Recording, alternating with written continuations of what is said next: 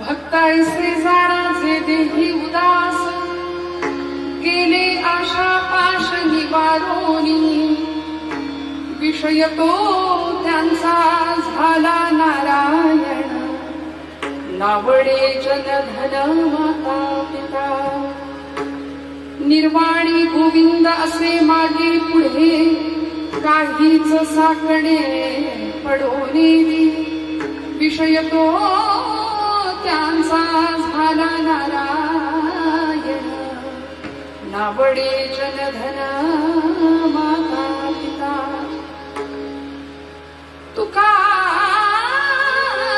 म्हणे सत्य कर्मा भावे साध्य, घातलिया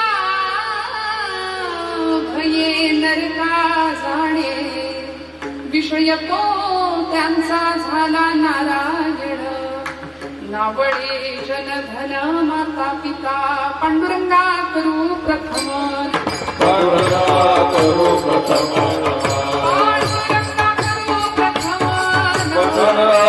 करू प्रथम नमन दुसरी चरणा संताजिया, दुसरी चरणा संताजिया, दुसरी चरणा संताजिया. त्यांच्या कृपादारे कथेचा विस्तार, त्यांच्या कृपादारे कथेचा विस्तार, कथेचा विस्तार, त्यांच्या कृपादारे कथेचा विस्तार. बाबाजी सद्गुरु दास कुमार, बाबाजी सद्गुरु दास कुमार, बाबाजी सद्गुरु दास कुमार. पांडुरंगा करू प्रथम नमन दुसरे चरण संतांचिया, त्यांच्या कृपादाने कथेचा विस्तार. बाबाजी सद्गुरु दास तुका. ओम नमो ज्ञानेश्वरा, करुणा करा दयाळा, तुमचा अनुग्रह लाभलो पावन झालो चराचरी. मस्तक हे पायावरी या वारकरी संतांच्या, ब्रह्मानंदं परमसुखदं केवलं ज्ञानमूर्तिं, द्वन्द्वातीतं गगनसदृशं तत्त्वमस्यादिलक्ष्यम्, एकं नित्यं विमलमचलं सर्वधी साक्षिभूतं, भावातीतं त्रिगुणरहितं सद्गुरुं तन्नमामि. योऽन्तः प्रविश्य मम वाचमिमां प्रसुप्तां, सञ्जीवयत्यखिलशक्तिधरस्वधाम्नाम्, अन्यांश्च हस्तचरणश्रवणत्वगादीन् प्राणान् नमो भगवते पुरुषाय तुभ्यम्. वचनायिका कमळापती, माझी रंगाची विनंती, तर जोडितो कथे काळी आपण असावे जवळी. घेई घेई माझी भाक जरी का मागे नाणिक, कर जोडितो कथे काळी आपण असावे जवळी. तुकया बंधू म्हणे देवा, शब्दही तुकाची राखावा, कर जोडितो कथे काळी आपण असावे जवळी. ये ग विठाबाई, ये ग विठाबाई, विठाबाई, ये ग विठाबाई, ये ग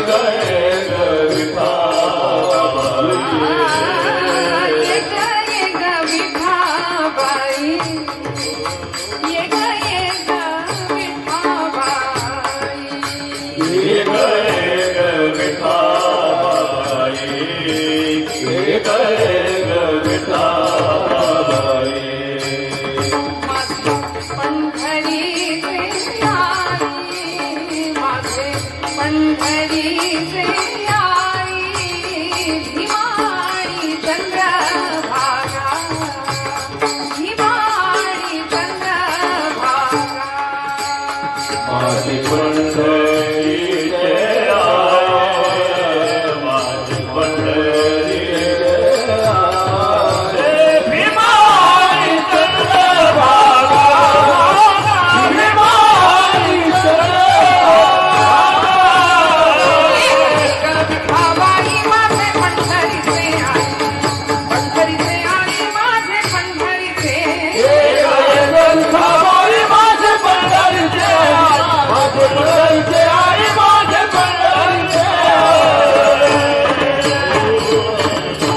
समचरण सरोजं सान्द्र नीलाम्बुलाभं, जघन निहित पाणिं मण्डनं मण्डनानां, तरुण तुलसीमाला कंधरं कंजनेत्रं, सदय धवलहासं विठ्ठलं चिंतया प्रभो तुम्ही महेशाची या मूर्ती मी दुबळा अर्चितसे भक्ती बोल जरी गंगावती तरी स्वीकाराल की घ्यावी घ्यावी माझी सेवा दीन दुर्बळाची देवा दीन दुर्बळाची देवा दीन दुर्बळाची देवा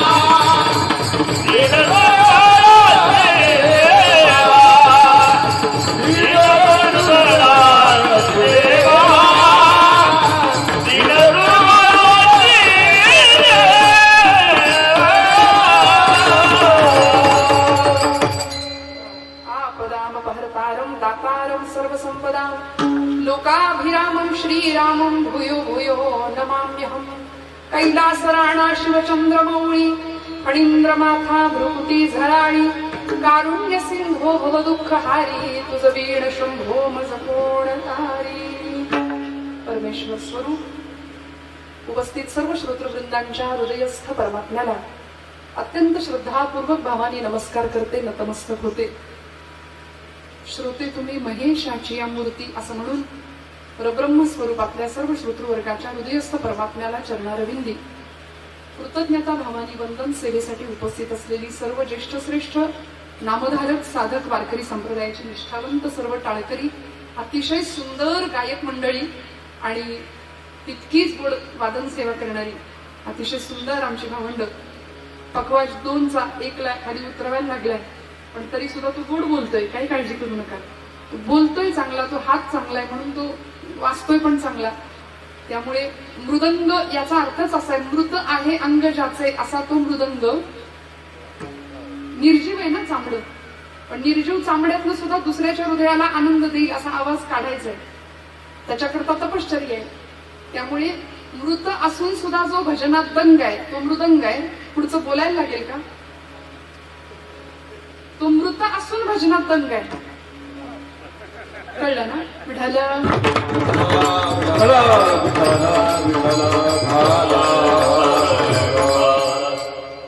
गोड अशी संवादिनीची साथ करणारे आपल्या गावचे सगळ्यांच्या परिचित असलेले आमचे दत्तात्रय तात्या, मनापासून तात्यांना अत्यंत कळवळीने गेल्या वर्षीप्रमाणेच याही वर्षी आपल्या सगळ्यांच्या दर्शनाचा योग माझ्या वाट्याला नाथांच्या कृपाशीर्वादाने प्राप्त झाला. भगवान श्री कालभैरवनाथ आणि जोगेश्वरी माता अतिशय सुंदर अशा या भव्य दिव्य प्रांगणामध्ये गेल्या वर्षी मंदिरात होतं आजपर्यंत, यंदाच छान 48 वर्षांची पूर्तता झाली आणि आता सुवर्ण महोत्सवी उत्सवाच्या दृष्टीनं वाटचाल चालू आहे. त्यामुळे त्याची परिणती म्हणून अतिशय भव्य दिव्य अशा या प्रांगणामध्ये असलेल्या या धर्म मंडपामध्ये यंदाचा कीर्तन महोत्सव, यंदाचा सप्ताह, शिवलीलामृत ग्रंथाचं पारायण, याशिवाय ग्रंथराज श्री ज्ञानेश्वरीचं पारायण आणि असा 7 दिवसांचा, जवळजवळ 13 दिवसांचा हा सगळा महोत्सव. आणि या महोत्सवातली पंचम 5व्या दिवशीची कीर्तन सेवा माझ्या परमभाग्याने माझ्या वाट्याला आली आहे. मनापासून सर्व संयोजक, आयोजक, नियोजक सगळ्यांच्या चरणारविंदी कृतज्ञतापूर्वक वंदन सेवेला प्रारंभ. विठ्ठल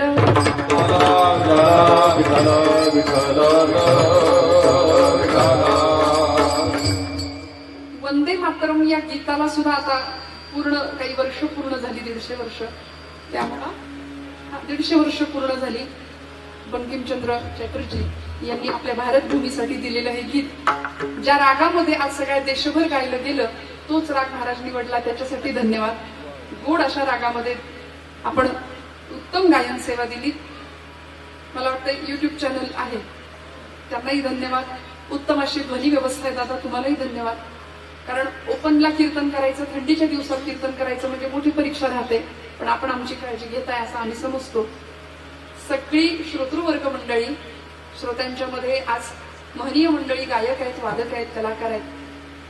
आमचे हरिभक्तीपरायण यशवंत बुवा भोसले महाराज उपस्थित आहेत.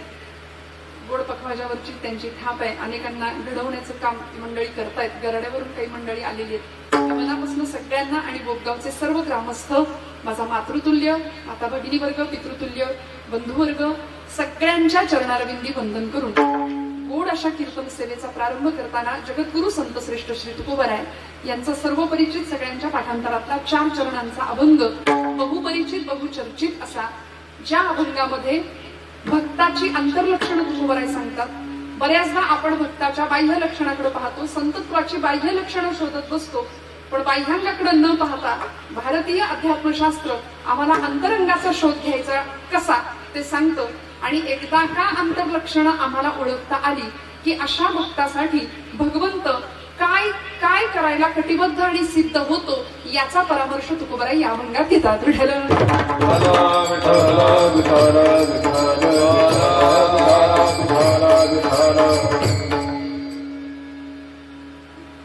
भगवान श्री कालभैरवनाथांचा हा अतिशय सुंदर असा उत्सव,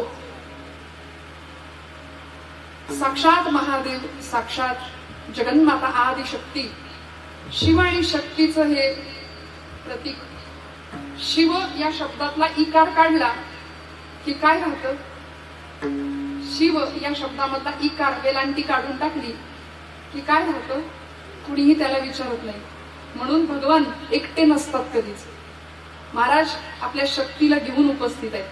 अतिशय सुंदर देखणं रूप आहे शिवशक्तीचं, इतकं सुंदर प्रतीक आहे. त्यामुळे भगवंत एकटा कधी नसतो, ब्रह्म कधी एकटं येत नाही, ते त्याच्या मायेला घेऊनच येतं. म्हणून प्रपंचामध्ये आपलं काम काय आहे? प्रणोधन भूषरम आत्मा ब्रह्मत लक्ष उच्चते. म्हणाले प्रणवाचं धनुष्य करायचं, आत्म्याचा बाण करायचा आणि माशाचा डोळा जसा अर्जुनाने फोडला तसा माशाचा.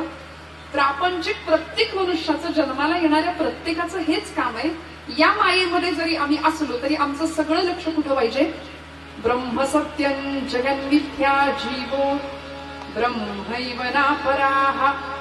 सत्य काय आहे तर ब्रह्म सत्य आहे. सत्य काय आहे तर सच्चिदानंद रूपाय विश्वोत्पत्त्यादि हेतवे तापत्रय विनाशाय श्रीकृष्णाय वयं नमः. सत्य काय आहे? तुकोबराय म्हणले सत्य तू सत्य तू सत्य तू विठ्ठला, कागा दाविला हा जगदाकार. देवा, सगळं जग मायेच्या अधीन आहे. आम्ही मायेत फसलो, पण मनुष्य जन्माचं खरं गंतव्य काय असावं? आत्यंतिक सुखाची प्राप्ती आणि दुःखाची निवृत्ती. हे जर परमार्थाचं साधन आहे तर ते साधन प्राप्त करत असताना मनुष्य जीव हा या भवसागरामध्ये गटांगळ्या खातोय, नुसताच फिरतोय, नुसताच भरकटतोय. मग त्याकरता नक्की नेमका मार्ग कोण आहे, कुठला आहे? या सगळ्या भवसागरातनं आपल्याला तारून नेणारं तत्व काय आहे? त्यांनी आपली ओळख गीतेतच सांगितली. तेषामहं समुद्धरता मृत्यू संसार सागरा भवामि न चिरात् पार्थ मय्यावेशित चेतसाम्. तेषाम अहं समुद्धरता. मी तुमचा उद्धार करणारा मी आहे. कोण म्हणतं? साक्षात जगत चालक अखिल कोट ब्रह्मांडाचा नायक भगवान परमात्मा गोपाल कृष्ण गीतेमध्ये म्हणून गेले, मी तुमचा उद्धार करणार आहे. फक्त म्हणाले सगळं सोडून यायचं कुठं? माझ्या पायाशी. आणि म्हणून स्वतःचं आयडेंटिफिकेशन, स्वतःची ओळख दिली. सर्व धर्मात परित्यज्य मामेकम शरणम व्रज. सगळ्याचा त्याग करा आणि मला शरण या. पण भक्तीच्या प्रांतामध्ये मनुष्य भक्ती कशी करायची हे नेमकं विसरतो. आणि मग कुणी जपजाप्य, कुणी तीर्थयात्रा, कुणी दान धर्म, जो तो ज्याला त्याला जमेल अशी भक्ती करतो आणि स्वतःला भक्त म्हणवून घेतो. पण भक्ताची व्याख्या अशी नाहीये. भक्त कुणाला म्हणायचं? मंडळी, या जीवनामध्ये आम्ही इथं या इहलोकामध्ये जन्माला आल्यानंतर देहबुद्धीचा संपूर्णपणे नाश झाला की आम्ही भक्त झालो असं संतांचं म्हणणं आहे. देहबुद्धी म्हणजे काय? मी म्हणजेच देह आहे हा बुद्धीने जो निश्चय करून ठेवलाय त्याला म्हणायचं देहबुद्धी. आणि बुद्धी कुठलाही निश्चय करू शकते. बुद्धी काय निश्चय करते? बुद्धी कशाचा निश्चय करू शकते? याची आडवा त्याची जिरवा, कुठलाही निश्चय बुद्धी करू शकते. आमची बुद्धी काय, बुद्धी फिरली की सगळंच फिरतं. त्यामुळे बुद्धीचा निश्चय कसा झाला पाहिजे, ती बुद्धी आम्हाला कुठे घेऊन जाते? बुद्धीचे वैभव अन्य नाही तुझे, एका केशवराजे सकळ सिद्धी, एका केशवराजे सकळ सिद्धी, एका केशवराजे सकळ बुद्धीचे वैभव अन्य नाही तुझे, एका केशवराजे सकळ सिद्धी, एका केशवराजे सकळ सिद्धी, एका केशवराजे सकळ सिद्धी. बुद्धीचे वैभवाने नाही तुझे, एका केशवराज सकळ सिद्धी, एका केशवराज सकळ सिद्धी. बुद्धीचे वैभवाने नाही तुझे, एका केशवराजे सकळ सिद्धी, एका केशवराजे सकळ सिद्धी.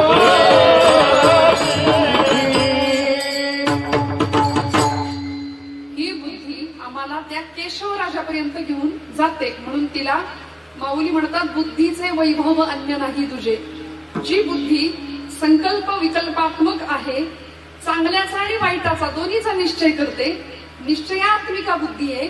ती बुद्धी जर आम्ही योग्य ठिकाणी वळवली, मनुष्य मात्राला इतर प्राणी मात्रांच्या तुलनेमध्ये दिलेलं सगळ्यात श्रेष्ठ वैभव ते बुद्धीच आहे.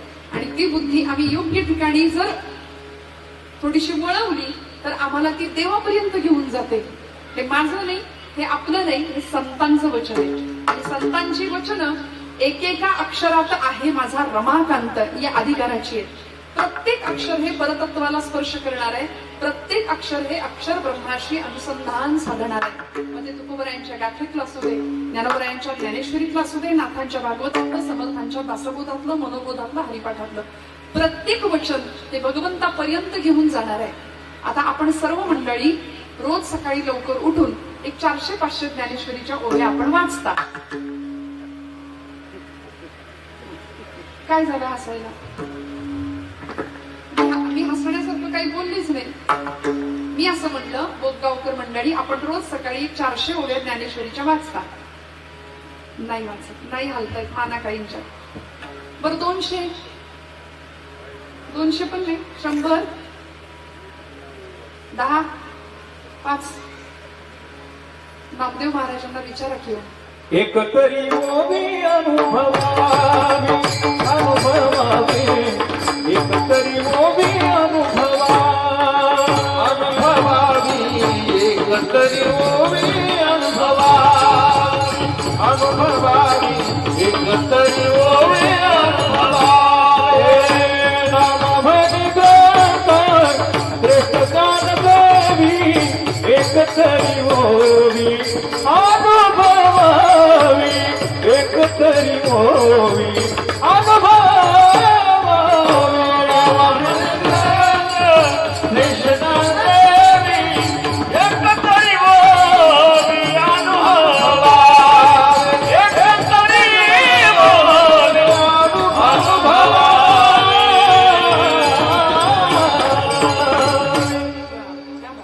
नामा म्हणे ग्रंथ श्रेष्ठ ज्ञानदेवी. किती ओव्या सांगितल्या? एक तरी ओवी अनुभवावी. आयुर्वेद शास्त्र, शरीर शास्त्र असं सांगतं की मनुष्य निरोगी माणूस, बर का, सगळे जागे आहेत ना? हा, नाही थंडी आहे म्हणून म्हटलं आपलं सगळं व्यवस्था करून आलाय तुम्ही. निरोगी मनुष्य दिवसभरात 21,600 वेळा श्वासोच्छ्वास करतो. श्वास घेणं आणि सोडणं ही क्रिया 21,600 वेळा घडते निरोगी माणसाची. नामदेव महाराज म्हणले एक तरी ओवी अनुभवावी. जनाबाईंना विचारलं, जनाबाई म्हणल्या सोहम शब्द मारा केला. श्वास घेण्याचा सूर आणि सोडण्याचा सूर, म्हणजे प्रत्येक श्वासाला त्यालाच आठवलं. पुढे जन्मभरीच्या श्वासा इतुके मोजियले हरिनाम. कुणी म्हणे ही असेल चोरी, कुणा वाटते असे उधारी. जन्मभरीच्या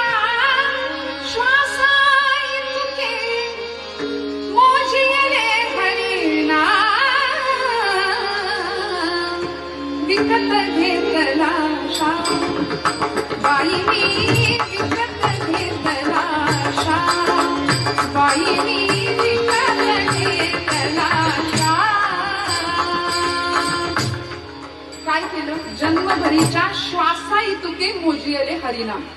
प्रतिश्वासं स विश्वासं रामं वद दिने दिने को विश्वासः पुनश्वासः आगमिष्यति मानवा.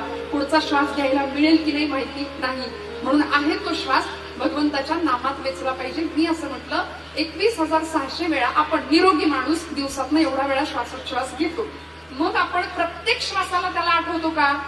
नाही. हे उत्तर आहे आमचं. 21,000 राहू दे, 600 वेळा 600 श्वास तरी त्याच्या करता नाही. 100ही नाही, 100 दिवसात नाही एकदा.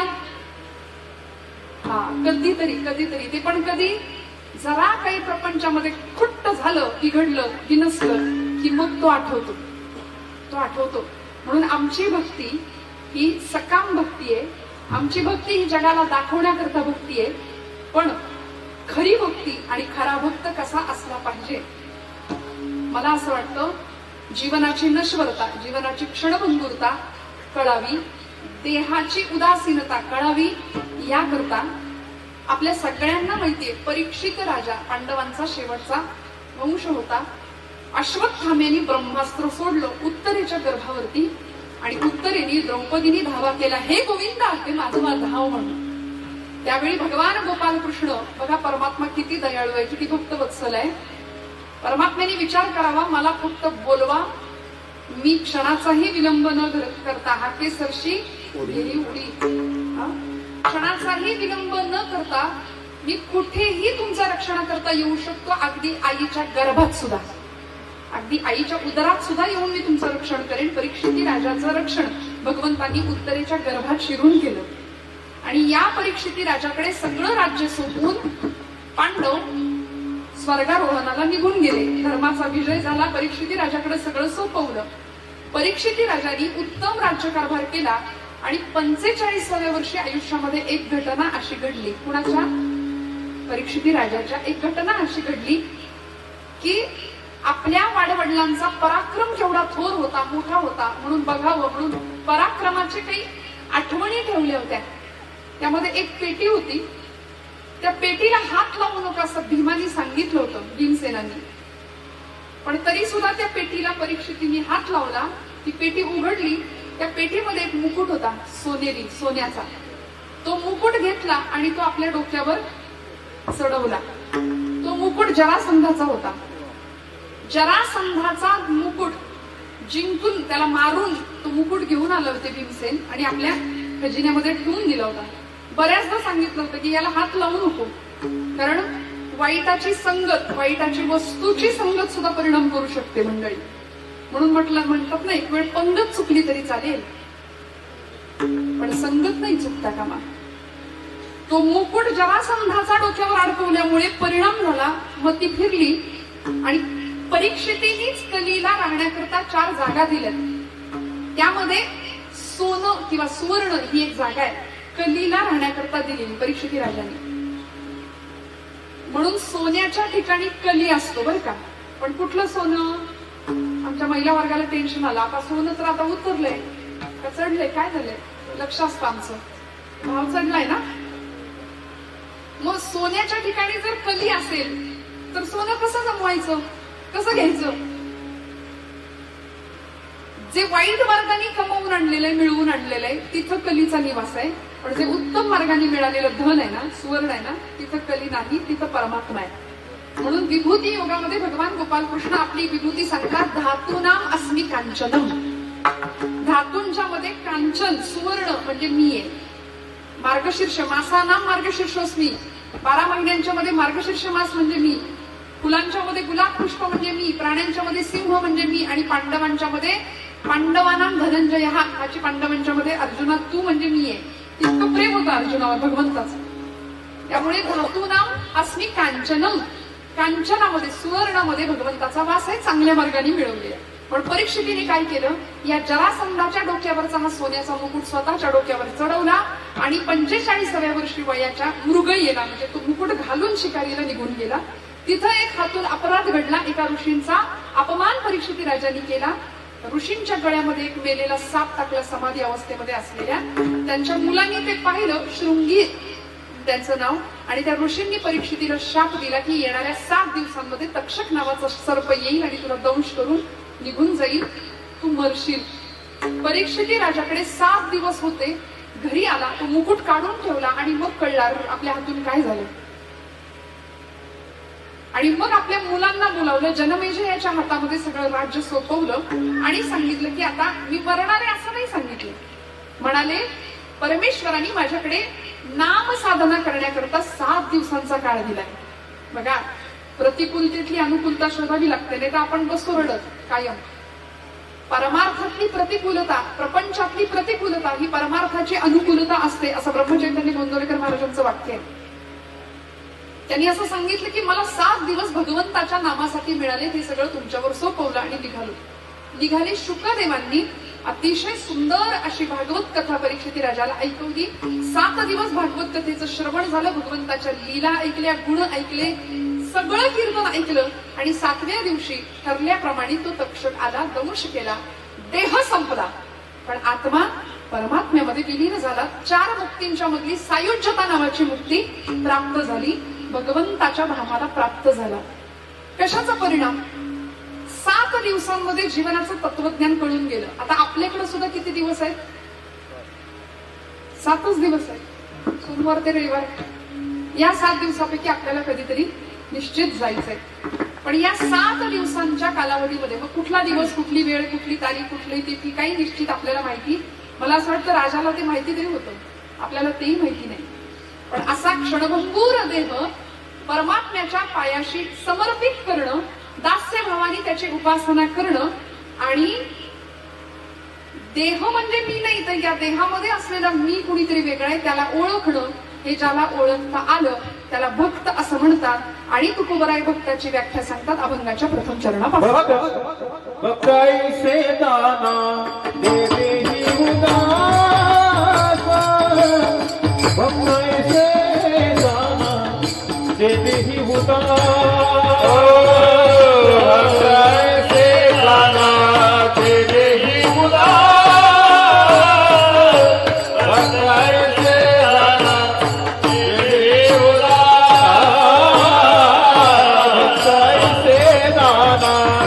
देवी उदास, भक्ताईसे दाना देवी उदास, भक्ताईसे दाना देवी उदास, भक्ताईसे दाना देवी उदास, गेलेल्या शापास, गेलेल्या शापास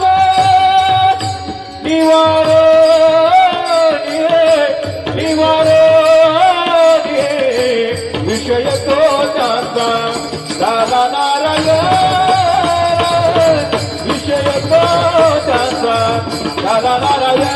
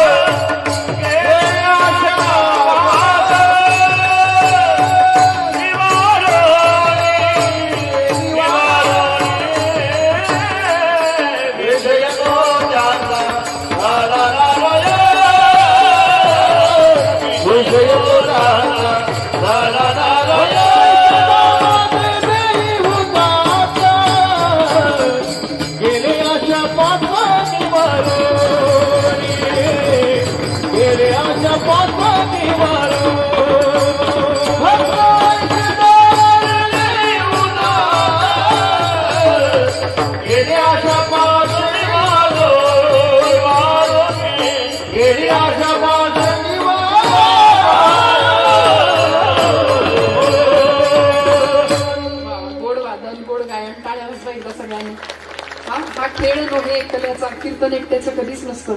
ही सगळी मंडळी मनापासून जीव तोडून साफ करणारी असतात, म्हणून कीर्तन होतं. तुम्ही आम्ही खेळी मेळी गदारोळी आनंदे म्हणून घोष असं म्हटलंय तुकोबरायांनी. सदा नाम घोष करू हरिकथा. जप नाही म्हटलं, जप एकट्याने करायचंय, घोष सगळ्यांनी मिळून करायचंय. देव मस्तकी धरावा, अवघा हलकल्लोळ करावा, असा आजचा काळ आहे. आजच्या काळामध्ये अनेकांना भगवा नको झालाय, अनेकांना भगव्याचा त्रास होतो. असं वाटतं की हा भगवा हटाओ, भगवा हटाओ, भगवा हटाओ असे नारे लागले जातात. मी एकच सांगते, तुम्ही खुशाल हटवायचा प्रयत्न करा. पण आमच्या पंचायतन पूजेमध्ये जगद्गुरु आद्य शंकराचार्यांनी एक दैवत दिलं. पहिली देवता आहे गणपती बाप्पा, दुसरी देवता आहे विष्णू, तिसरी देवता आहे शिव, चौथी देवता आहे शक्ती आणि पाचवी देवता आहे जी पूर्व क्षितिजावर सकाळी सकाळी भगवा रंग उधळते. तेजो निधी लोह गोल,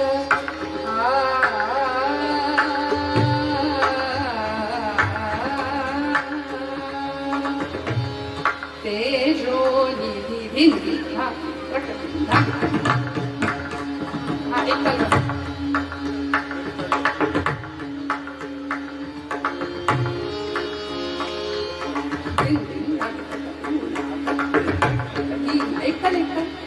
तेजो निधी लोह गोल, तेजो निधी लोह गोल, भास्कर हे गगनराज.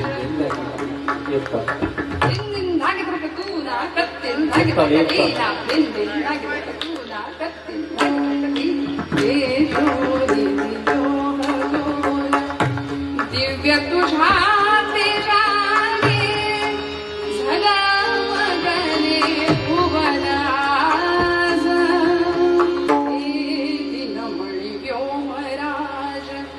भास्कर हे गगनराज. तेजो निधी लोह गोल, तेजो निधी लोह गोल, तेजो निधी लोह गोल.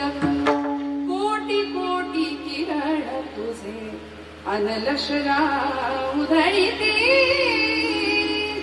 कोटी कोटी किरण तुझे. काय उधळतंय? पूर्व क्षितिजावर कुठला रंग सकाळी सकाळी उधळला जातो? आता हे सकाळी उठतात त्यांना दिसतो. आम्ही सगळे सूर्यवंशी, आम्हाला कधी दिसायचं सूर्योदय? बर कीर्तनकार तर महाराज निशाचर प्राण्यामध्येच मोडतोय. आता कलाकार कीर्तनकार सकाळी कधी बघायचा सूर्योदय? रात्रभर प्रवास करून. त्यामुळे मला असं वाटतं भगवा हटाव म्हणणाऱ्यांना एक आदेश, एक संदेश द्यावा असं वाटतो. तुम्ही भगवा खुशाल हटवायचा प्रयत्न करा. तुमच्याच्यानी ते जमणार नाही. पहिली गोष्ट, एकदा पूर्व क्षितिजावर सकाळी सकाळी जो भगवा रंग उधळतो ना तो हटवून दाखवा. मग भगवा हटावची नारे, मग तुमची ताकद, मग गप्पा मारा बाकीच्या. पण खरं सांगू का, परमात्म्यानी आपल्याला साक्षात्कार किती मोठा द्यावा, चमत्कार किती मोठा दाखवावा या भूमितलावर, या धरती मातेवरती. इथं याची देही याची डोळा, आम्ही प्रत्यक्ष सूर्यनारायणाचं दर्शन घेतोय. बाकीचे देव प्रत्यक्ष दिसत नाहीत, पण ही देवता अशी आहे पूर्व क्षितिजावर उगवणारी जी प्रत्यक्ष दर्शन देते आम्हाला. भाग्यवान आहे आम्ही.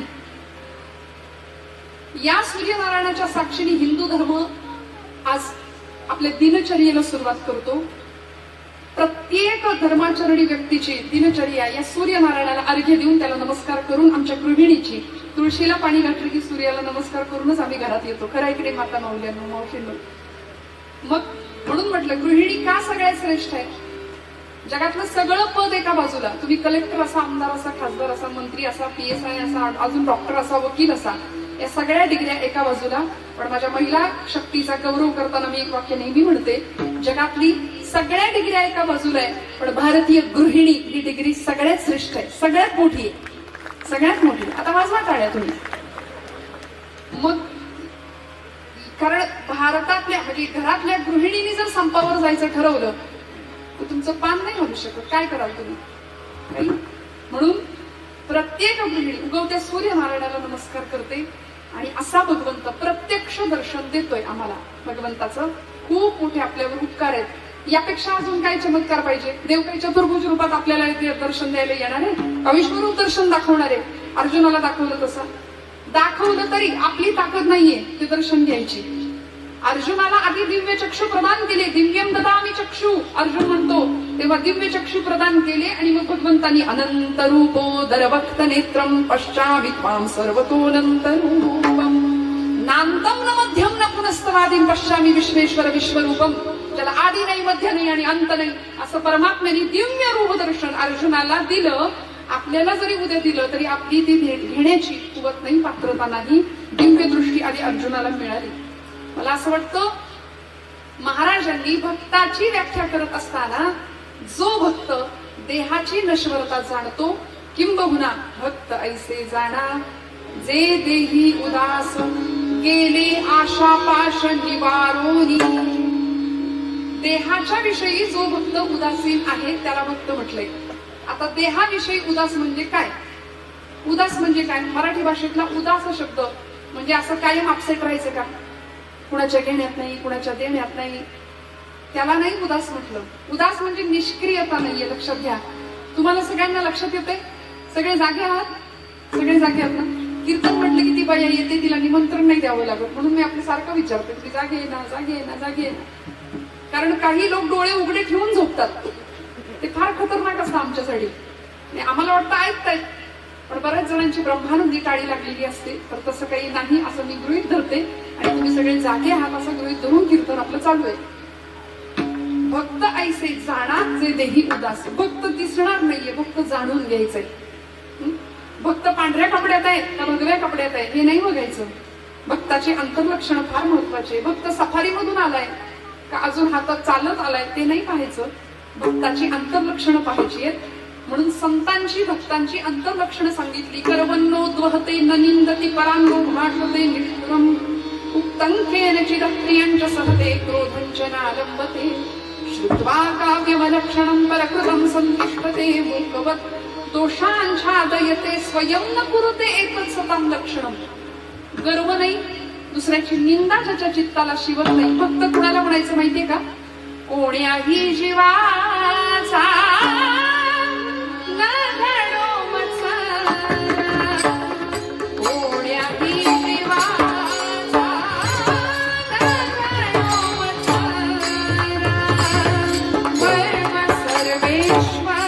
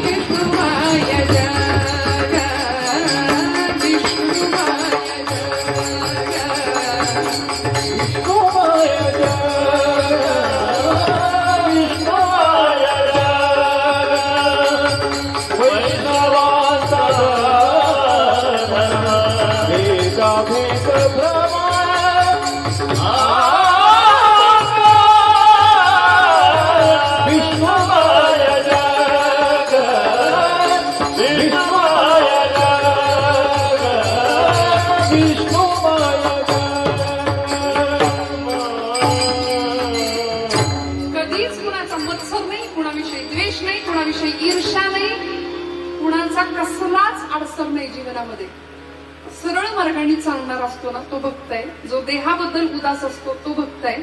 देहाबद्दल उदास म्हणजे निष्क्रिय नाही, रड्या नाही, कायम रडतय, कायम उदास असं नाही. संतांनी कर्तृत्ववाद कधीच नाकारला नाही. अहो कर्तृत्व शून्यतेला उलट नाकारलं. ज्यावेळी कर्तृत्वहीन झाला, कर्तव्य प्रवृत्त होण्याऐवजी कर्तव्य विन्मुख झाला अर्जुन, त्यावेळी भगवंत म्हणतात अर्जुना उठ, उचल ते धनुष्य आणि सिद्ध कर तुझा क्षत्रियत्व. हतो वा प्राप्स्यसि स्वर्गम जित्वा वा भोक्षसे महिम. रणांगणावर धारातीर्थी पडलास तर स्वर्गात जाशील, जिंकलास तर राज्य तुझं आहे धरणीचं लक्षात ठेव. तस्मात हे कौंतेय उत्तिष्ठ, उठ आता आणि युद्धाय कृत निश्चय. भक्त कुणाला म्हटलंय? आपल्याकडे कार्तिक मास समाप्त झाला नुकताच, ठीक आहे. कार्तिक मासाची समाप्ती झाली, काकडा सगळ्यांनी म्हटला. या काकड्यामध्ये आपल्या सगळ्यांना लक्षात आलं संतांनी देवाला उठवलं, संतांनी समाजाला उठवलं, संतांनी स्वतःला आत्मजागृत अवस्थेला नेलं. आणि काय केलं? उपनिषदांचा संदेश आहे उत्तिष्ठत जागृत. उठा आणि काय करा? जागे व्हा. उठा आणि जागे व्हा. आता आपण मला सांगा, आपण आधी उठतो का आधी जागे होतो? तुम्ही जागे आहे ना? आपण आधी उठतो की आधी जागे होतो? झोपेतनं आधी जागे होतो की आधी उठतो? आधी जागे होतो, मग उठतो. पण उपनिषदकार आमचे पूर्वसुरी तत्वज्ञान काय सांगतं? उत्तिष्ठत जाग्रत प्राप्य बरान निबोधत. उठा आणि जागे व्हा. जागे होऊन आपण उठतो, पण आपली संस्कृती झोपेतनं उठवणाऱ्याला किंवा उठणाऱ्याला संदेश नाही देत आहे. उठलेल्याला जाग करणारी आपली संस्कृती आहे. उत्तिष्ठत जागृत, उठा जागे भारी आता, स्मरण करा पंढरीनाथा, आम्ही करणी ठेवा माझा, कवी व्यथा जन्माचा. उठा भाल्या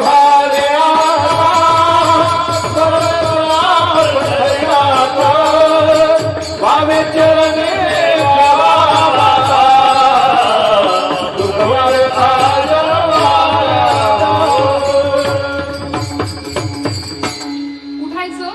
जागृतीचा श्वास घ्यायचा. प्रत्येक भक्त कुणाला म्हणायचं? जो देहाविषयी उदास आहे. देहाविषयी उदास म्हणजे काहीच खायचं नाही, मला खायला प्यायला काही नको, उपास आहे, सारखा उपास आहे म्हणजे भक्त नाही. अहो शरीरम आद्यम खलु धर्म साधनम, शरीर हे धर्माचं साधन आहे म्हणून ज्यांनी बलभीमाची उपासना केली, आरोग्य संपन्न देह राखला आणि आपला देह देवाच्या देशाच्या धर्माच्या कामासाठी ज्यांनी झिजवला त्याला म्हणायचं भक्त. जो देहाचे चोचले न पुरवता देहापेक्षा सुद्धा देवाचं महत्व ज्याला कळलं तो भक्त आहे. भक्त म्हणजे जो विभक्त नाहीये तो भक्त आहे. विठ्ठल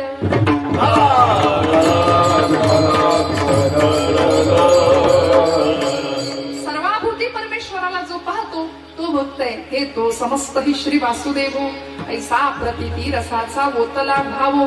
आणि भक्ता माझी रावो ज्ञानी तोची. तो ज्ञानी भक्त आहे. रावो म्हणजे तो भक्तांचा सुद्धा राजा आहे. कोण? जो सगळीकडे परमेश्वराला पाहतो. भक्त ऐसे जाणा जे देही उदास. बरं असा भक्त बघायला गेला तर दिसणार नाही.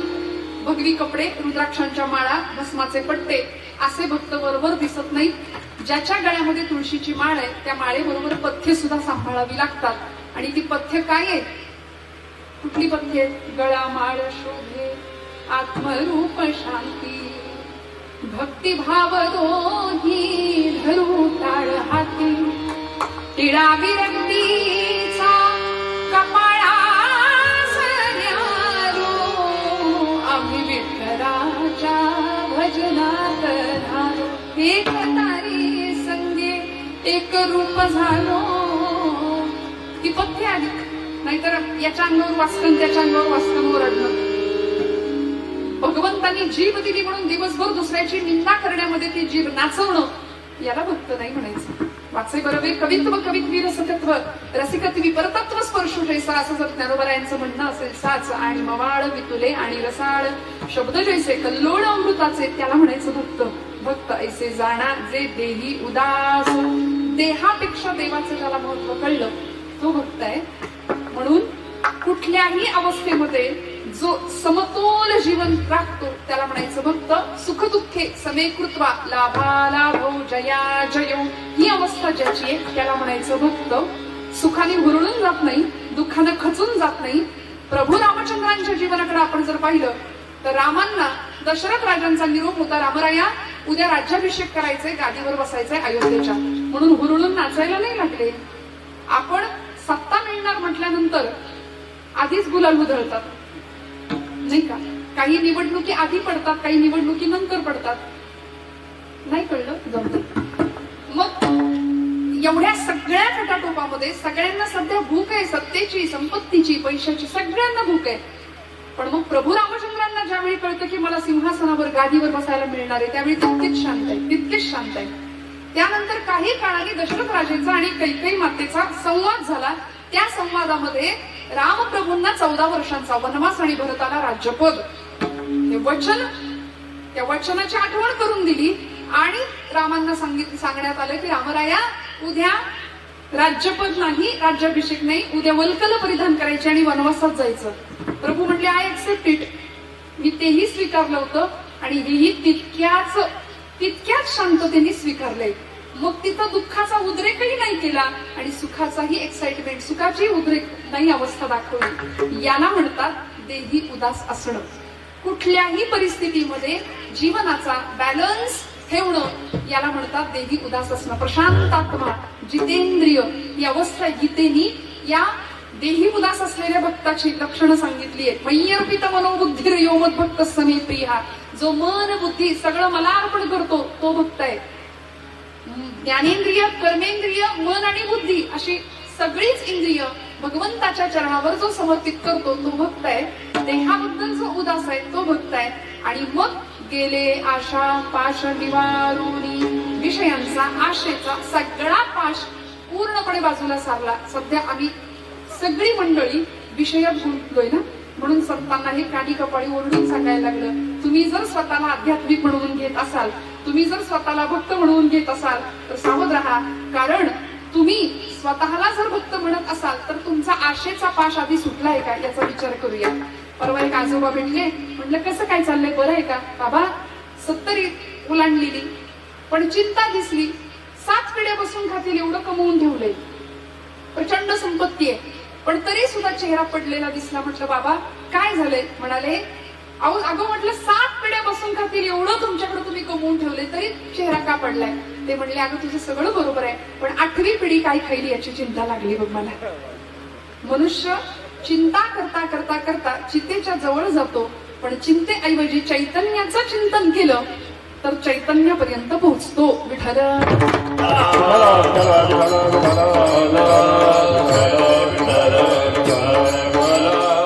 म्हणून भक्ताला पाहायचं नाही, तो दिसणार नाहीच आहे तसा. भगवान प्रभू दत्तात्रेयांची मूर्ती नाथबाबांनी सांगितली आम्हाला. त्रिगुणात्मक त्रयी मूर्ती दत्त हा काय म्हणले? पहा म्हटले का? पहा नाही म्हणले, जाणा, जाणून घ्या. पाहायला गेलं तर तसं दिसणारच नाही. आता आमची कॉलेजची पोरं आम्हाला फार प्रश्न विचारतात, काय काय ताई तुम्ही मॅजिकच्या गोष्टी सांगता, चमत्कार काय सांगता, पुराणातली वांगी काय सांगता. आमचं लॉजिक सुरू झालं की तुमचं मॅजिक बंद होतं. म्हणले म्हटलं काय लॉजिक आहे बाबा?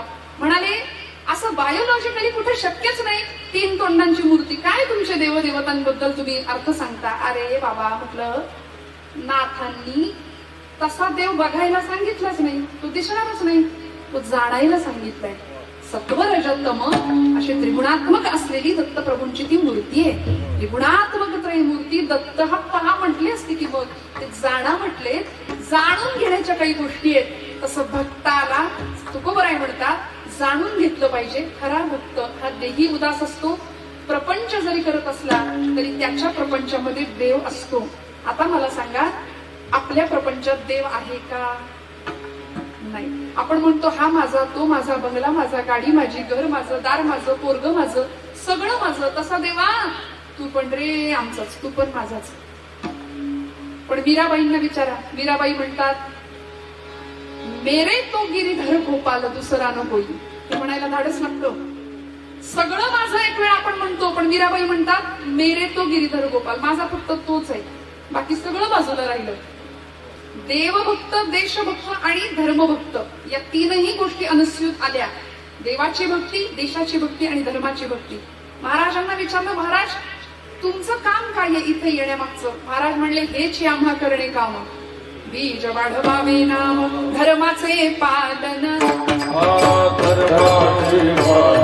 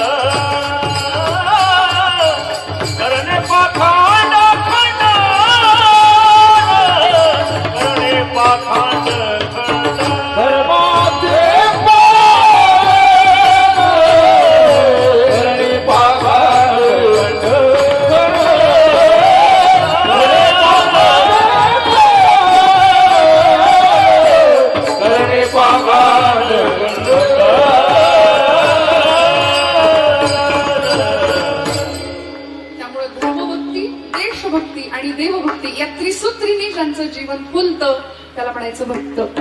भक्त ऐसे जाणाचे देही उदास केले आशा पाश निवारुनी. व्यक्तिगत मोहाचा आशेचा पाश सगळा झुगारून दिला. किंबहुना कुठल्याही परिस्थितीमध्ये समतोल राहिले. तुकोबरायांच्याकडे काय होतं मंडळी? काही नव्हतं. 18 विश्व दारिद्र्य होतं, पण तरी सुद्धा सगळं लोकांच्याकडे वाटून दिलं, देऊन दिलं. पण भगवंताच्या नाम संकीर्तनामध्ये अखंड भावनाथाच्या डोंगरावर शांतपणे पांडुरंग हरी वासुदेव हरी. आणि काय करत होते? तुका म्हणे होय मनाशी संवाद आपुलाची वाद आपण. या अवस्थेला पोहोचले. ही अवस्था देही उदास असण्याची अवस्था आहे. गेले आशा पाश निवारुनी. नाथांचा प्रपंच किती श्रीमंत होता, किती श्रीमंत होता. कुठल्याही परिस्थितीमध्ये समतोल. प्रचंड श्रीमंती आहे नाथांकडं, पण तरी सुद्धा भगवंताला ज्यांच्या घरात यावं वाटलं, राबावं वाटलं, पडेल ते काम करावं वाटलं, नाथ बाबा देही उदास होते. तुमच्या माझ्या प्रपंचात देव येत नाही. पांडवांच्याकडे देव जातो, भक्तांच्याकडे देव जातो. द्वारकेचे राणे पांडवा घरी किंवा द्वारकेचा राणा पांडवा घरी. ज्ञानदेव म्हणे व्यासाची या खुणा. काय खुण सांगितली? अहो तो राणा, तो जगत चालक पांडवांच्या दारात गेला, घरात गेला. का? कारण अखंड सेवा, अखंड भक्ती, ही उदास असलेली जीवनवृत्ती. त्यामुळं प्रत्येक आशेचा पाश झुगारून दिला. जगद्गुरु आद्यशंकराचार्य म्हणतात आशा नावाची एक साखळी आहे ती तुमच्या माझ्या पायात कायम अडकलेली आहे. आणि ती साखळी अशी आश्चर्यकारक आहे की ती साखळी पायात पडली की माणूस धावतोय, उलट होतोय. एरवी बेडी पायात पडली की माणूस धावू शकत नाही, जागच्या जागी थांबतो. पण आशेची साखळी पायात पडली की माणूस जास्त वेगाने धावतो. आशानाम मनुष्याणाम काचिदाश्चर्य शृंखला याबद्धा प्रधावंती मुक्तास्तिष्ठन्ति पंगुवत. एखाद्या पांगळ्यासारखी अवस्था होते आशेची साखळी पडून गेली बाजूला की. त्यामुळे इतकी विलक्षण ओढ आहे आम्हाला धावण्याची. मनुष्य जीव अखंड धावतोय, अखंड. नाथांना विचारलं, नाथ बाबा किती धावाधाव करायची? नाथ महाराज शांती ब्रह्म होते, नाथ महाराज देही उदास होते. नाथांनी आम्हाला सांगितलं, अरे आशेचा हा पाश आहे ना तो झुगारून टाका. शांती परते नाही सुख, शांती परते नाही सुख. शांती परते नाही सुख, शांती परते नाही सुख.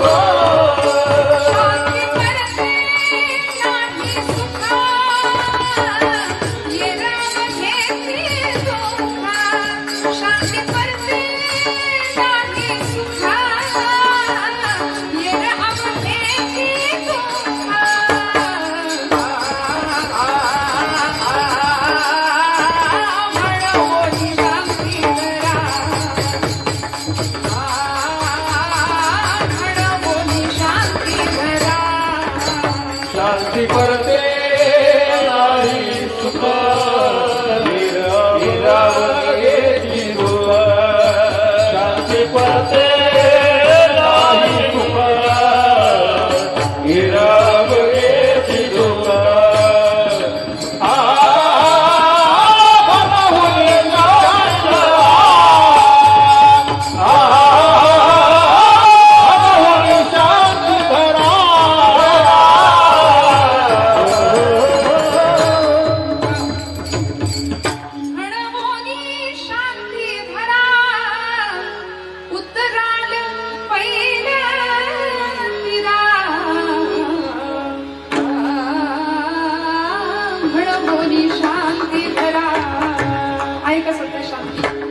शांती आहे का? घरातली शांती नाही नावाची.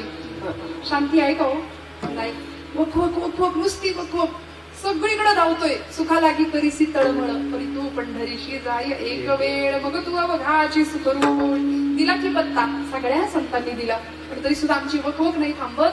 अखंड आशेच्या मागे हा जीव धावतोय, अखंड. म्हणून संतांनी भक्ताची व्याख्या करताना तुकोबाराय म्हणले, गेले आशापाश निवारुनी. संतांचा विषय एकच आहे, दुसरं चरण. विषय तो त्यांचा झाला नारायण, विषय तो त्यांचा झाला नारायण.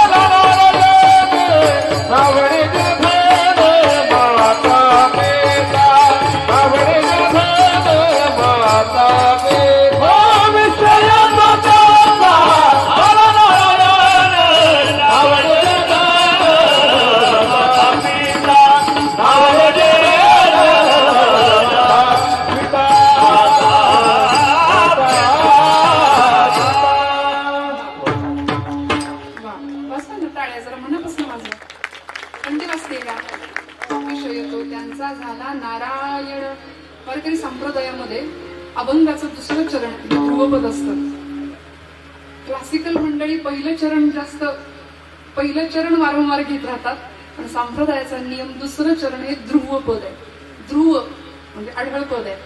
अत्यंत महत्वाचं अभंगाचं सगळं सार या चरणात. अतिशय गोड चाल, कळसाची चाल या चरणाला लावली महाराज रामकृष्ण हरी. धन्यवाद. विषय तो त्यांचा झाला नारायण नावडे जनधन माता पिता. भक्ताचा विषय काय असतो महाराजांनी सांगितला, नारायण. आणि कळलं तर बघा, भक्ताचा विषय नारायण आणि आपला विषय नारायण. विठ्ठल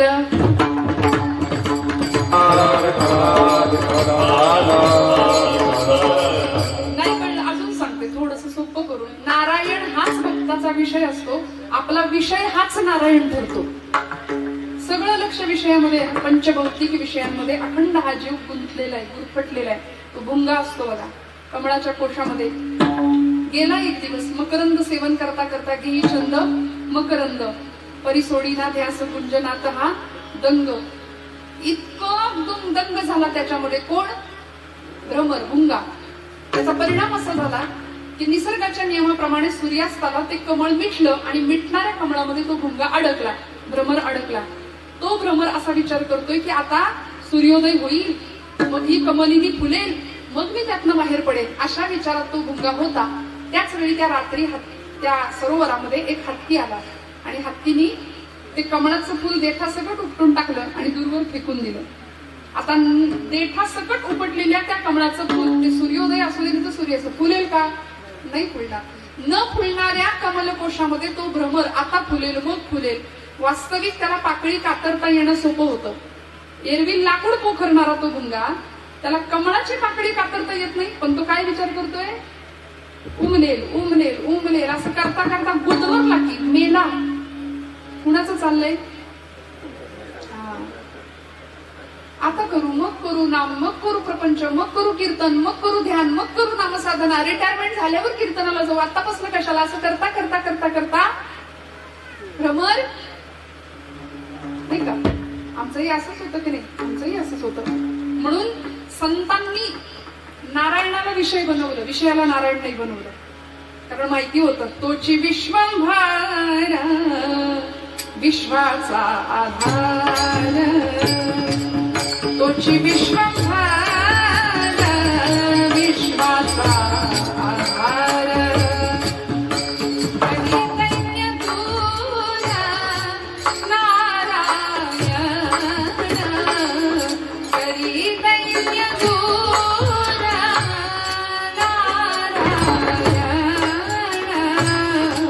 तोची विश्वंभर विश्वाचा आधार, तोची विश्वंभर विश्वाचा आधार.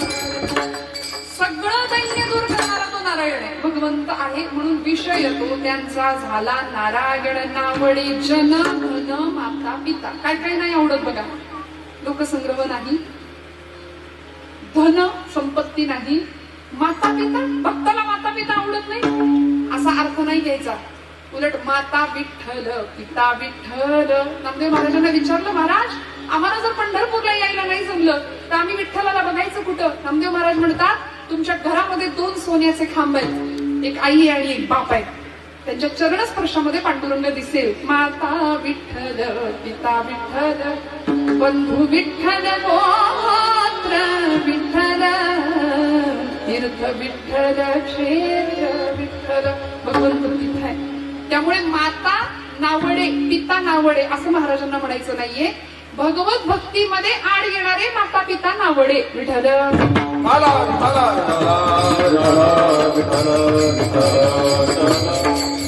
असुर कुळामध्ये जन्मलेला भक्तराज प्रल्हाद. प्रल्हादाचे पिता हिरण्यकश्यपू आणि हिरण्यकश्यपू साठी भगवंतांनी एक अवतार घेतला, तो म्हणजे नरसिंह. ब्रह्मदेवाकडून वरदान मागून घेतलं होतं, कुठल्याही वेळी मला मरण नको. अनेक अटी होत्या.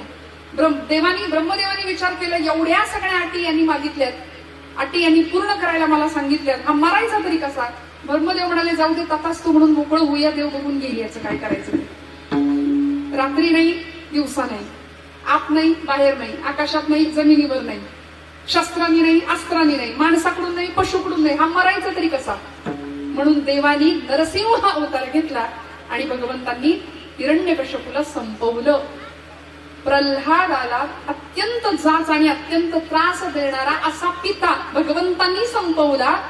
तुकोबराय म्हणतात, नावडे जनधन माता पिता. असे भक्तीच्या मार्गामध्ये आढळणारे माता पिता सुद्धा आम्ही नाकारतो, कारण आमचा फक्त तो माता आणि ती माता आणि तो पिता, जगाचा बाप तिकडे विटेवर उभा आहे, तीच आई, तोच पिता. आपण म्हणतो ज्याला कुणी नाही ना त्याला ज्ञानोबा आहे, ज्याला कुणी नाही त्याला तुकोबा आहे. आम्ही संतांचं माहेर सुद्धा निजधाम होतं, आलो निजाच्या माहेर असं म्हणायचं. त्यामुळे विषय तो त्यांचा झाला नारायण. नावडे जनधन माता पिता विठोबा रखुमाई. विठोबा रखुमाई.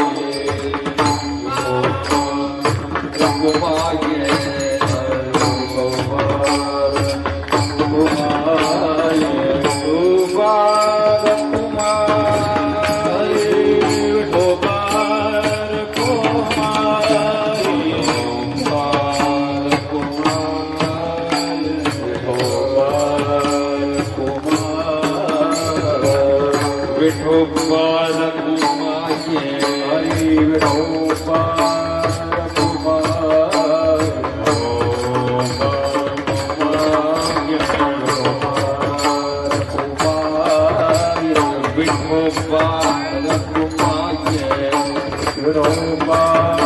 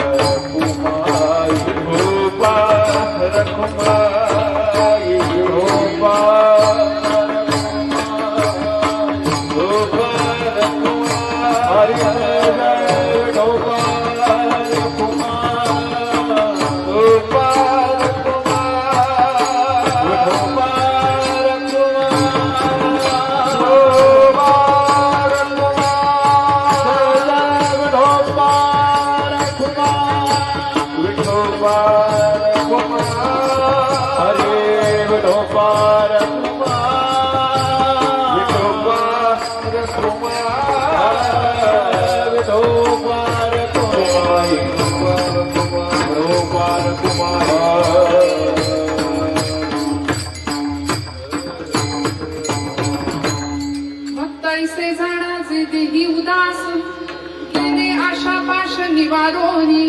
विषय तो त्यांचा झाला नारायण. नावडे जनधन माता पिता घल विठल.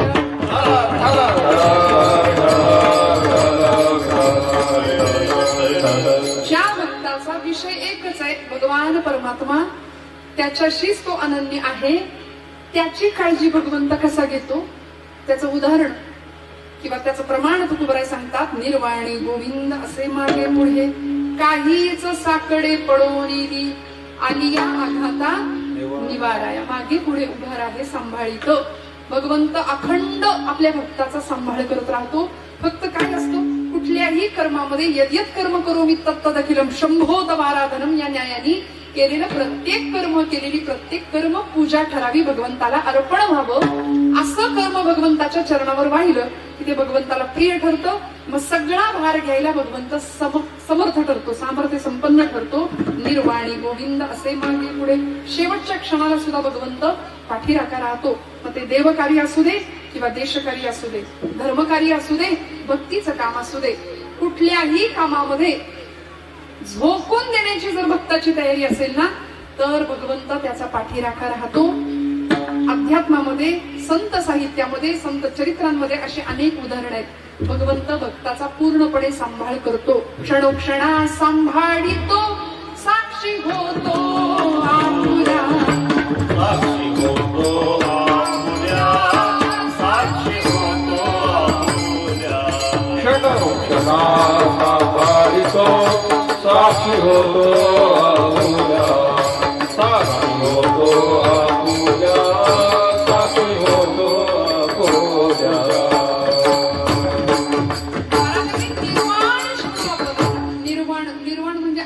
क्षणाला, शेवटच्या क्षणाला सुद्धा भगवंत पाठीराखा राहतो, प्रत्येक क्षणाला सांभाळतो. एक उदाहरण सांगायचं आणि कीर्तनाचा समारोप करायचा. आजचा दिवस 10 नोव्हेंबर हा शिवप्रताप दिन आहे, ज्या दिवशी एका क्रूर कर्म्याचा कोथळा छत्रपती शिवाजी महाराजांनी काढला. आजचा दिवस प्रतापगडचा रणसंग्राम ज्या दिवशी घडला तो आजचा दिवस. ज्यावेळी स्वराज्यावर एवढा मोठा वरवंटा चालून येत होता, शिवाजीला जिवंत किंवा मृत अवस्थेमध्ये आणायचा असा विडा दरबारामध्ये उचलला होता. इकडे जिजामातोश्रींना नमस्कार केला राजांनी आणि स्वराज्यामध्ये सगळी तयारी सुरू झाली मोहिमेची. सैन्यबळ कमी, शस्त्रबळ कमी आणि विजापूरच्या दरबारामध्ये बडी बेगम साहिबा दरबारातल्या सगळ्यांना उद्देशून सांगत होती, चांदीच्या तपकामध्ये एक विडा फिरत होता आणि तो विडा दरबारातल्या प्रत्येकाला उचलायला सांगत होती. शिवाजी राजाला जिवंत किंवा मृत अवस्थेमध्ये पकडून आणा, हा विडा ज्याला जमेल त्यांनी तो विडा उचलायचा. दरबारामध्ये सगळी शांतता, कारण बडी बेगम साहिबा ते तबक जसं फिरत होतं ना, कुणीच तो विडा उचलायला तयार नाही, कारण माहिती होतं शिवाजी जैसा दिलदार दोस्त नाही और शिवाजी जैसा खूंखार दुश्मन भी नहीं. कारण राजा आहे, छत्रपती शिवप्रभू, हिंदवी स्वराज्य संस्थापक छत्रपती शिवप्रभू. ताकद माहिती होती, कुणीच तो विडा उचलायला तयार नाही. आणि बडी बेगम साहिबा न राहून एक खोचक वाक्य बोलून गेली, क्या इस दरबार में कोई भी मर्द नहीं है. एवढं वाक्य ऐकलं आणि तळपायाची आग मस्तकात गेली. नाईलाजानी आतून घाबरलेला असताना सुद्धा तो उठला आणि तो उठल्याबरोबर त्याच्या जाजमाच्या हालचालीवरनं उठला. समजलं लोकांनी कोण आहे तो. हा मोठा धडधिप्पाड अशी शरीर यष्टी. आणि त्याच्या उठण्याबरोबर सगळ्या दरबारला कळालं, अफजल खान नावाचा तो क्रूर कर्मा चांदीच्या तपक्यातला विडा उचलला. पैजेचा विडा उचलून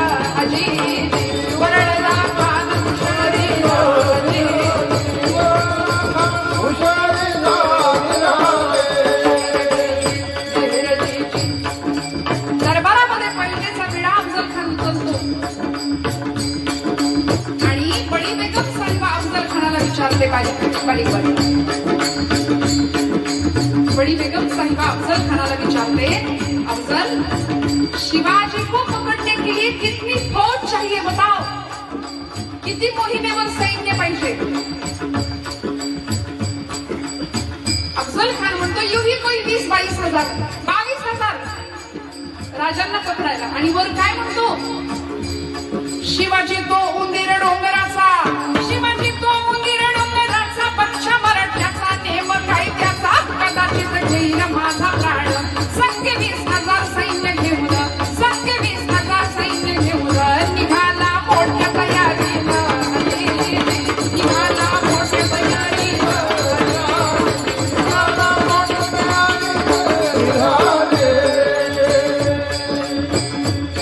विजापूरहून अफजल खान स्वराज्यामध्ये यायला निघाला होता.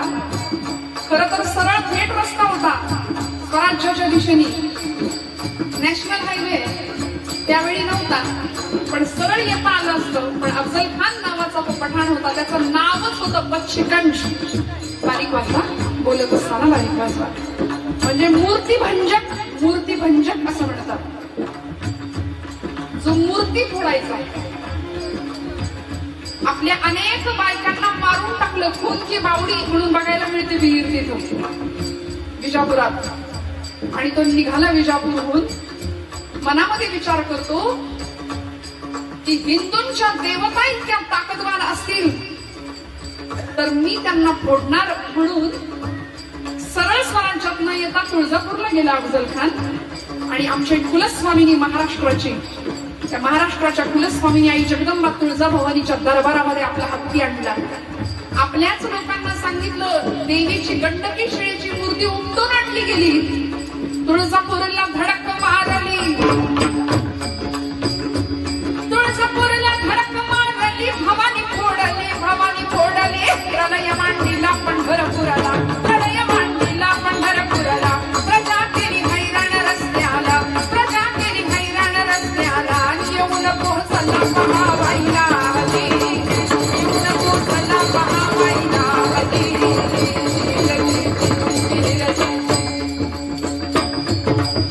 प्रतापगडाच्या पायथ्याशी येईपर्यंत तुळजापूरच्या प्रांगणामध्ये आई जगदंबेची भवानीची मूर्ती हातामध्ये घेतलेला तो अफजल खान खदखदा हास्य करतो आणि तो म्हणतो कि ये हिंदू की देवता इतनी तेज है तो हिंदू क्यों भेड़ बकरी जैसा जीते. म्हणून खाडकन मूर्ती खाली फेकून दिली आई जगदंबेची. ठिकऱ्या झाल्या मूर्तीच्या. जाती घेऊन माणसं बोलवली होती, भरडली, माती केली, सगळ्या प्रांगणात पसरली. आणि अफजल खान म्हणतो मैंने परमात्मा की मिट्टी बनाई है कोई मई का लाल जो मिट्टी से परमात्मा को फिर से पैदा कर सके. काय झालं असेल राजाचं, कल्पना करा. आजचा दिवस आहे तो. आज राजाने असा रणसंग्राम गाजवला होता प्रतापगडाच्या मातीमध्ये. काय झालं असेल कल्पना करा. राग आला नसेल, पण कृष्ण नीती माहिती होती. राग येत नाही असं नाही, कुठं रागवायचं ते कळत होतं. शिशुपालाचे 100 अपराध भरले आणि मग 101व्या अपराधाला सुदर्शन चक्र बाहेर निघालं होतं. त्यावेळी शिवाजी महाराजांनी पूर्ण तयारी केली मोहिमेची. पण सैन्यबळ कमी होतं, शस्त्रबळ कमी होतं. अफजल खानाने जगदंबेवर घण घातल्याची बातमी कळाली. एवढंच नाही, पंढरपूरला गेला. आपल्या निष्ठावंत वारकऱ्यांनी पांडुरंगाची मूर्ती चंद्रभागेच्या डोहात लपवून ठेवली, नाही हातात लागू दिली. अफजल खान स्वराज्याच्या दिशेने येत होता. अनेक मंदिरांना खणत्या पहारी लावत होता, अनेक देवळं उद्ध्वस्त करत होता, अनेक देवतांच्या मूर्ती फोडत होता. मूर्ती भंजकच होता. छत्रपती शिवाजी राजांनी आपल्या आईचा निरोप घेतला. सईबाई राजांच्या पत्नी सौभाग्यवती सईबाई अत्यवस्थ होते, अंथरुणाला खिळलेल्या होत्या आणि 2 वर्षाचे शंभूराजे होते. संभाजी राजांकडे पाहिलं, डोक्यावरनं हात फिरवला आणि मोहिमेला जाताना सईबाईंनी सांगावं राजे जिंकून या, पण आल्यानंतर मी तुम्हाला ओवाळायला नसेन कदाचित. खात्री होती. अत्यवस्थ होत्या सईबाई महाराणी साहेब. एकच सांगते म्हणाले, माझ्या शंभू बाळाला सांभाळा. का? कारण तुम्हाला तुमच्या आयुष्यामध्ये कुठल्याही कठोर बाबतीमध्ये काहीही निर्णय घेतला तरी सुद्धा तुम्हाला सांभाळायला तुमची आई आहे.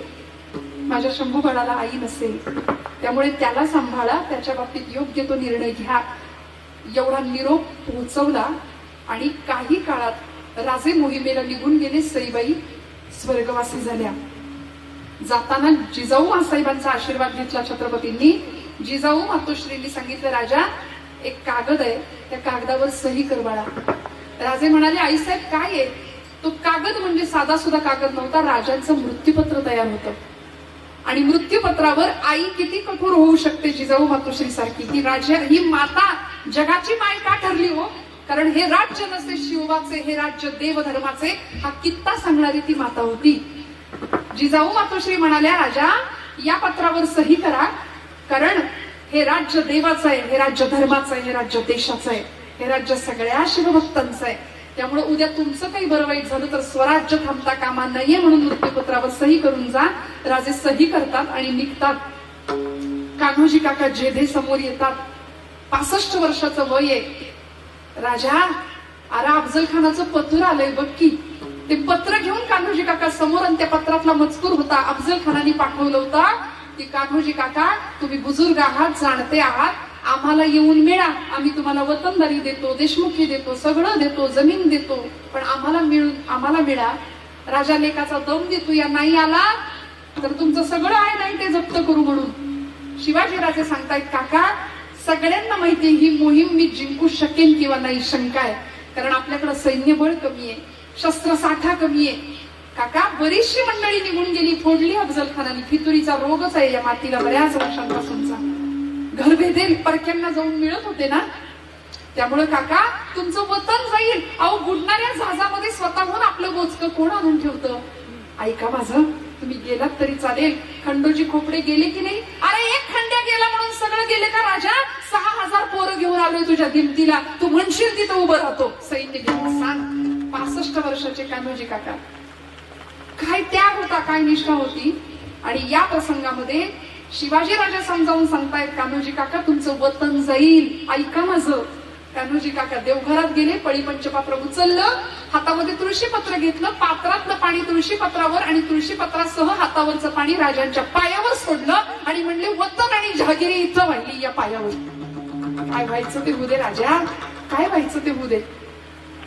कडकडून मिठी मारली, आलिंगन दिलं. जिगरबाज सहकारी, जीवाला जीव देणारा सय्यद बंडा, तो सय्यद बंडा त्याला मारणारा होता. जीवा म्हणून वाचला शिवा, ही म्हण सार्थ होणारा आमचा शिवा महाला असू देत. ही सगळी जीवाला जीव देणारी माणसं राजांच्या सोबत. आणि त्याचा परिणाम असा झाला, प्रतापगडाच्या पायथ्याशी या अफजल खान नावाच्या क्रूर कर्म्याचा कोथळा बाहेर काढण्यात राजांना यश मिळालं. तो आजचा दिवस शिवप्रताप, शिवप्रताप विठ्ठल.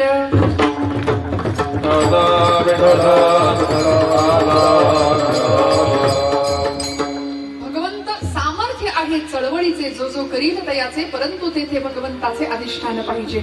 चळवळ योग्य दिशेने जात असेल तर भगवंत पाठीराखा उभा राहतो. हर हर महादेव हा सैन्याचा जागर होता छत्रपतींचा. म्हणून महाराज म्हणले, निर्वाणी गोविंद असे मागे पुढे, काहीच साकडे पडोलेली ज्ञानेश्वरा. मावली ज्ञानराज मावली ज्ञानेश्वर मावली ज्ञानेश्वर मावली ज्ञानराज मावली ज्ञानेश्वर मावली.